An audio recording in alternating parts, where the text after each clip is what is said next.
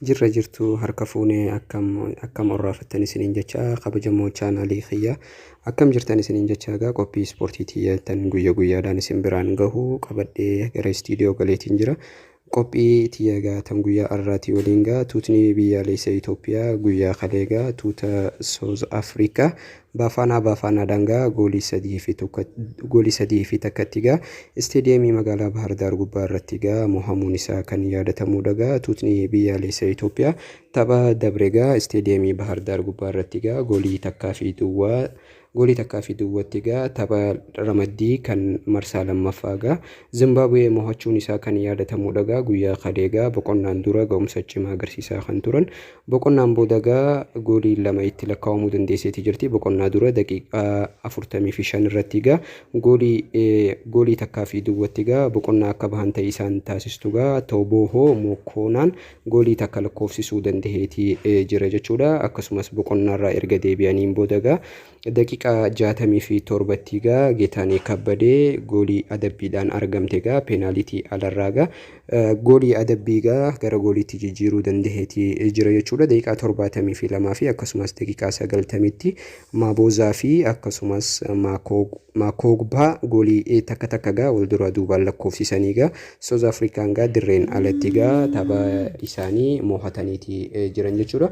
Kanuma wal qabatee gaa guyyoota lamaan booda gaa gara South Afrikaa imaluudhaan gaa tuutni biyyaalessa Itoophiyaa kan garee hubatuu abaateetiin hoogganaman tapha isaanii kan marsaa afuraffaa gaa South Afrikaa waliin guyyaa 30 halkan irraa sa'a takkatti tapha isaanii kan taasisan ta'a. Keessaafuu gaa carraan tuutni biyyaalessa Itoophiyaa gaa waancaa addunyaa kan Kuwaataar qopheessituuf gaa tapha isaanii kan taasisaa jiran.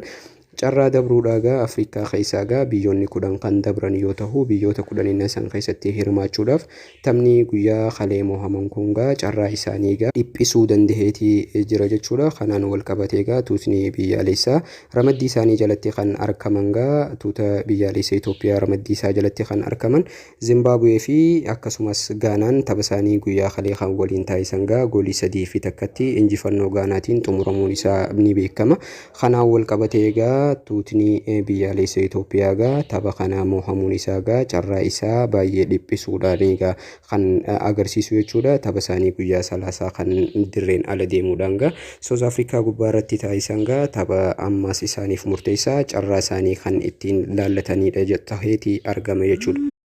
Qophii ispoortii teenya gaa tan Bahar Gamaatirraa gara Bahar Gamaatti yogguu achi tarkaanfannu gaa waancaa UEFA'n moggaasee gaa naashinaal liigii jechuudhaan gaa biyyoota 4 kan sadarkaa waancaa addunyaatiif tapha isaanii taasisaa jiran ramaddii tokkoffaarraa hanga afuraffaa ramaddii tokkoffaa irratti kan argaman gaa biyyoonni 4 waancaa naashinaal liigii jedhamu gaa wal dorgommii kana taasisaa jiraachuun isaanii kan yaadatamudha. Xaaliyaan gaa Ispeeniin goolii 2 fi takkatti mohamanii gaa wancaadhaaf achi tarkaanfachuuf tapha isaanii kan taasisan haafuun isaanii gaa wal dorgommii kanarraa kan yaadatamudha. Akkasumas Beeljiyeem goolii 2 fi duwwatti gaa Faransaay mo'achaa tan turte booda ka'uudhaan gaa Faransaay goolii 3 fi 2tti mo'attee gaa wancaadhaaf tarkaanfachuun isaanii gaa kan yaadatamudha. Guyyaa har'aan tanaa gaa sadarkaadhaaf guyyaa har'aan tanaa gaa biyyoonni sadarkaadhaaf taphatanii fi akkasumas waancaa kana argachuudhaaf biyyoonni taasisan gaa halkan irraa sa'a 3 fi daqiiqaa 45tti gaa wancaadhaaf tapha isaanii kan taasisan isteediyeemii magaalaa Miilaanoo biyya Xaaliyaan magaalaa Miilaanootti kan argamu Kaappuuzoo Meenzaa kan jedhamu gaa maqaan isaa isteediyeemii kana gubbaa irratti gaa Ispeenii fi Faransaay tapha morkii cimaa qabu guyyaa har'aan tanaan taasisan jedhameeti kan eegamu. Kanuma wal qabatee gaa sadarkaadhaaf gaa sagantaa tana hangaan waraabaa jirutti gaa sadarkaadhaaf tapha isaanii taasisaa kan jiran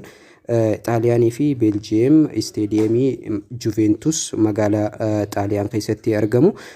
Leenjistoota lameen gaa Roobertoo Maansiinii fi akkasumas Roobertoo Maartineez leenjisaa Beeljiyeem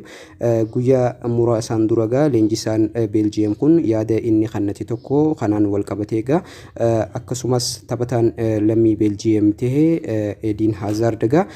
humna haaraan gaa yeroo muraasaan booda gara dirree irratti deebi'ee gaa tapha isaa kan duraaniitiin caalaa tapha gaarii akka agarsiisuu abdiin qaba jechuudhaan yaada kan kennate Roobertoo Maartineez leenjisaan Beeljiyeem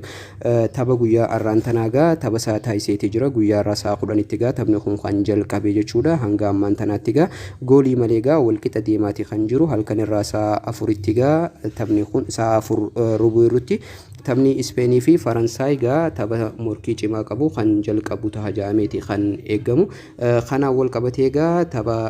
waancaa naashinaal liigii jedhamuudhaan kan maqaan isaa UEFAadhaan moggaafame bara 2019 kan jalqabe yoo ta'u, bara sangaa kan jalqabaa waancaa jalqabaa kan fudhate Poorchugaal Neezerlaand waliin gaa walitti dhufuudhaan goolii takkaa fi duwwatti Poorchugaal injifannoo galmeessuudhaan gaa waancaa jalqabaa kan UEFAan maqaa naashinaal liigii jedhamuun moggaase bara 2019 waggaa lamatti kan dhufu jechuudha. Yeroo jalqabaatiif gaa Poorchugaal milkaa'uu dandeesseetii jirti. Kanumaan wal qabatee gaa yeroo lammaffaatiif biyya tamtu milkaa'aa kan jiru gaa halkan irraa sa'a 3 fi daqiiqaa 45tti morkiin cimaan gaa Faransaayii fi akkasumas Ispeen jidduutti kan gaggeeffamu ta'a jechuudha. Kanumaan wal qabatee gaa biyyoonni Laatiinis gaa waancaa addunyaa kan 2022 Kuwaataar qopheessituuf gaa morkii cimaa kan taasisan ta'a. Halkan irraa sa'a 5tti Booliiviyaan Peeruu waliin taphasii kan taasistu ta'a jechuudha. Akkasumas halkan irraa sa'a 5 fi walakkatti jechuudha Veenzeelaan Ecuador waliin gaa tapha isaanii gaa kan marsaa jahaffaa kan waliin taasisan ta'a jedhameeti kan eegamaa jiru jechuudha. Kabajamoo dhaggeeffattoota keenya gaa daawwattootaa fi dhaggeeffattoota keenya qophii ispoortiin teenya gaa tan guyyaa har'aan tanaa biyya keessaa fi akkasumas bahar gamaatirraa isin biraan gayaa jirru kana fakkaata. Chaanaalii keenya kana gaa waldorgommii ispoortii gaa kan garagaraa kan Awurooppaa liigota 5 ciccimoo fi akkasumas biyya keessa guyyaa guyyaadhaan argachuudhaaf chaanaala kiyya kana